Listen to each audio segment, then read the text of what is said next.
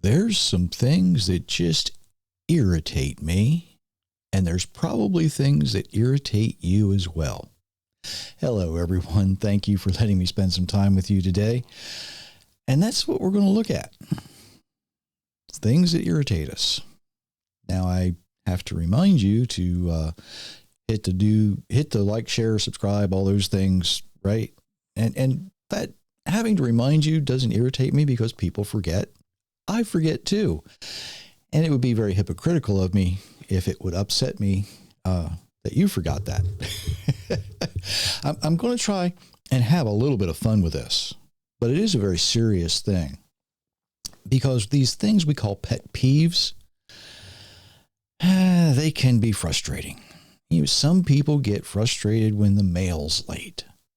Some people get irritated when they go to the store and they're out of their favorite product. Some people, they have their little things. Now, I'm going to tell a little story on Myra and myself because there's things that I do that I know irritate her. I know they do. She asked me not too long ago what color a certain room should be or how something should be decorated. Well, I'm no interior decorator. I don't know. She's looking for my input. I get that. But when I don't have any, it frustrates her. It does. And yes, there's things she does. And the one that used to really bug me the worst, she doesn't do anymore. I think she's figured it out.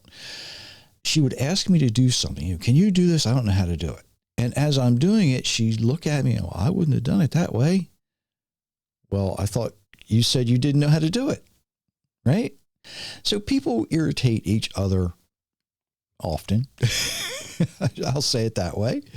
But believe it or not, even our Creator has things that, he has his pet peeves. He has things that irritate him, get under his skin, things he hates.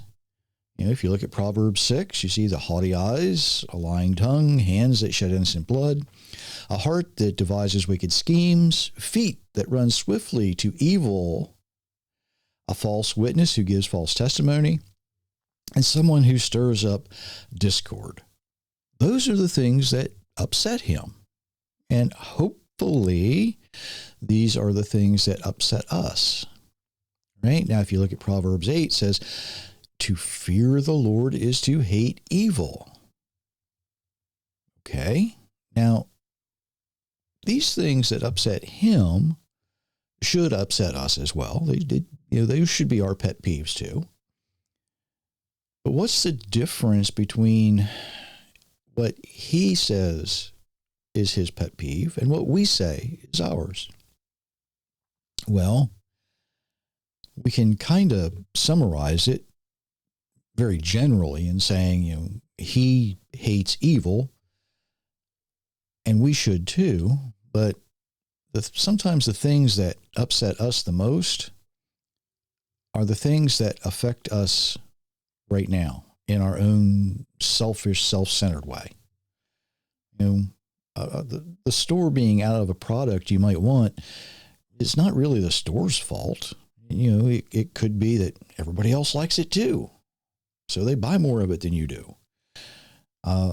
Mail getting there late, that could be traffic. That could be a lot of different things that happen. But it affects me right now. And I'm selfish and I want what I want when I want it.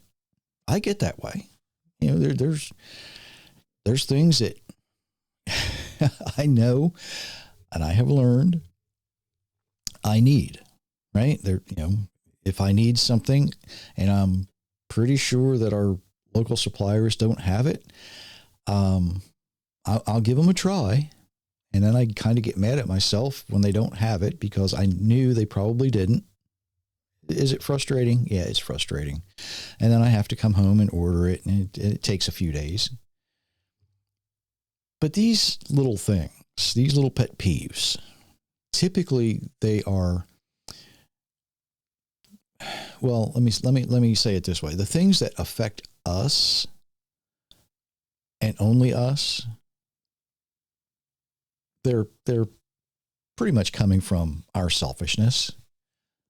The things that affect our Creator, they come from our sin, right? Now, as I'm getting older, there is something that bothers me a little bit more and more all the time. And that is when well-meaning, and I mean good-hearted, well-meaning, wonderful people either take some type of action or say something without the knowledge or the information necessary to make it worthwhile.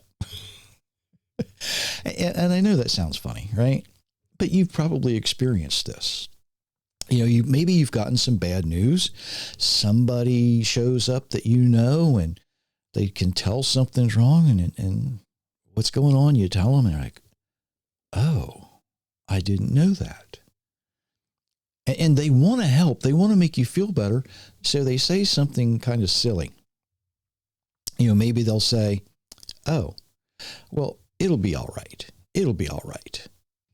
Now, you probably already know it's going to be all right. But the thing is, they want to make you feel better. They want to help right now. But they don't have all the information necessary. And so they say, it's all right. It'll be okay. You see, they want to make you feel good. They want to help. And their heart is in the right place. It really is. But sometimes we speak before we think. If you're going to take some action, you're going to say something, just stop for a second and think about what you're doing. Just think. That's all you have to do. And you don't have to debate with yourself for 20 minutes. It's just, what can I say that's going to help? Is there anything I can say that's going to help? Is there anything I can do that's going to help? Is there anything I can do that's going to change anything? Your heart's in the right place. But sometimes our brain works faster. I should say sometimes our mouth works faster than our brain. I've been in several different churches over the years, and every so often somebody will look at me and go, "Are you saved?" Now, it used to be years ago, I would just smile and nod and let that go. I don't do that anymore. There's a sarcastic side of me that I use to have a teachable moment.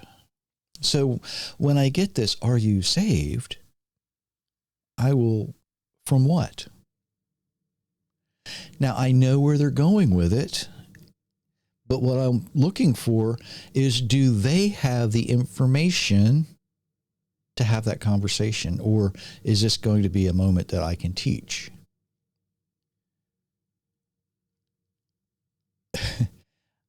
People kind of have stopped asking me that question, which is good.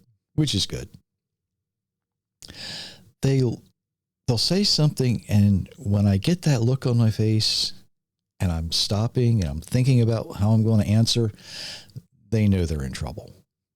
They really do. Sometimes I get to catch people off guard.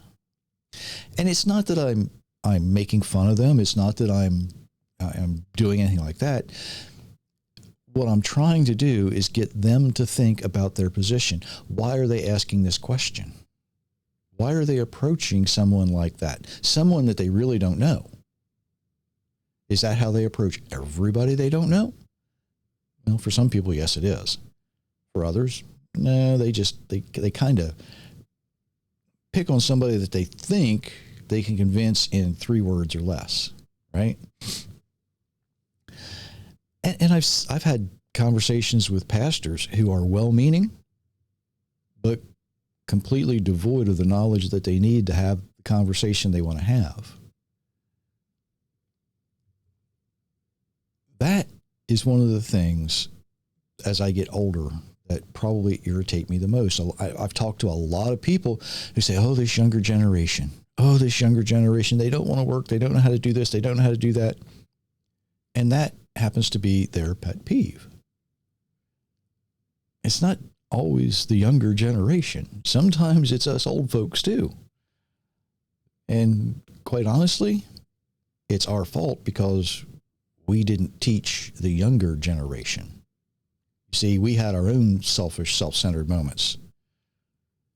And when you don't teach, and other people don't know, there's ways of teaching people, but you have to have the knowledge to teach.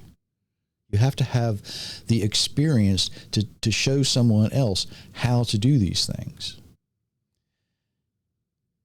The understanding of why things irritate us, the understanding will often eliminate the irritation.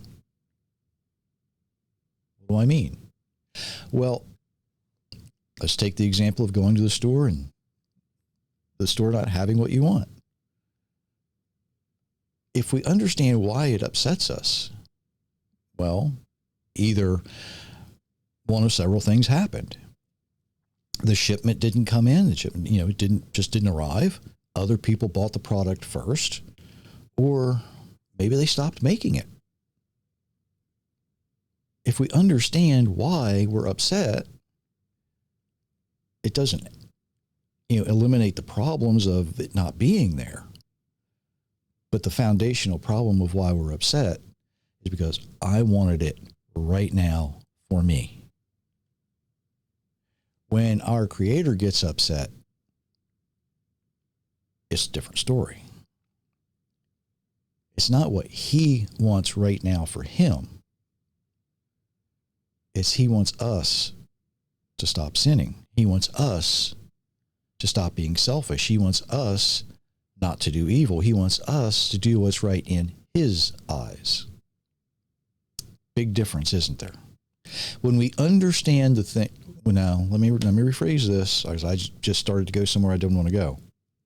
When we begin to understand the reason behind our irritation, it helps us eliminate the irritation. When we understand why our Creator is irritated, it helps us understand why He's irritated. And usually it's our fault. It's usually our fault. That's just something to think about until next time. And until then, I do wish you many, many blessings, everyone.